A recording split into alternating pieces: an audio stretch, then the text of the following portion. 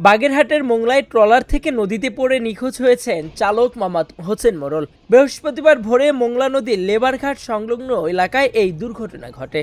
নিখোঁজ হোসেন মোড়ল খুলনার দাকোপ উপজেলার চালনা এলাকার মৃত মোহাম্মদ ইউনুস মোড়লের ছেলে। স্থানীয় প্রত্যক্ষদর্শী ও ফায়ার সার্ভিস জানায়, হোসেন মোড়ল প্রতিদিনের মতো বৃহস্পতিবারও ভোরেও চালনা থেকে পোনা মাছ নিয়ে মোংলায় আসছিলেন। ভোর 5:30টার দিকে লেবারঘাট ট্রলার ভেড়ানোর সময় নামতে গিয়ে পা ফসকে নদীতে পড়ে যান তিনি। মুহূর্তে স্রোতের টানে তিনি তলিয়ে যান। খবর পেয়ে প্রথমে স্থানীয় ডুবুরিরা উদ্ধারের চেষ্টা চালায়। পরে খবর দেওয়া হলে মোংলা ফায়ার সার্ভিস, কোস্টগার্ড ও নৌবাহিনীর পৃথক ডুবুরি দল ঘটনাস্থলে পৌঁছে তল্লাশি শুরু করে। মোংলা ফায়ার সার্ভিস স্টেশনের ইউনিট লিডার মোহাম্মদ দেলোয়ার হোসেন বলেন, আমরা খবর পাওয়ার পরপরই উদ্ধার অভিযান শুরু করেছি। দুপুর পর্যন্ত তার কোনো সন্ধান পাওয়া যায়নি। নিখোঁজ ব্যক্তিকে উদ্ধার না করা পর্যন্ত আমাদের এই যৌথ অভিযান অব্যাহত থাকবে।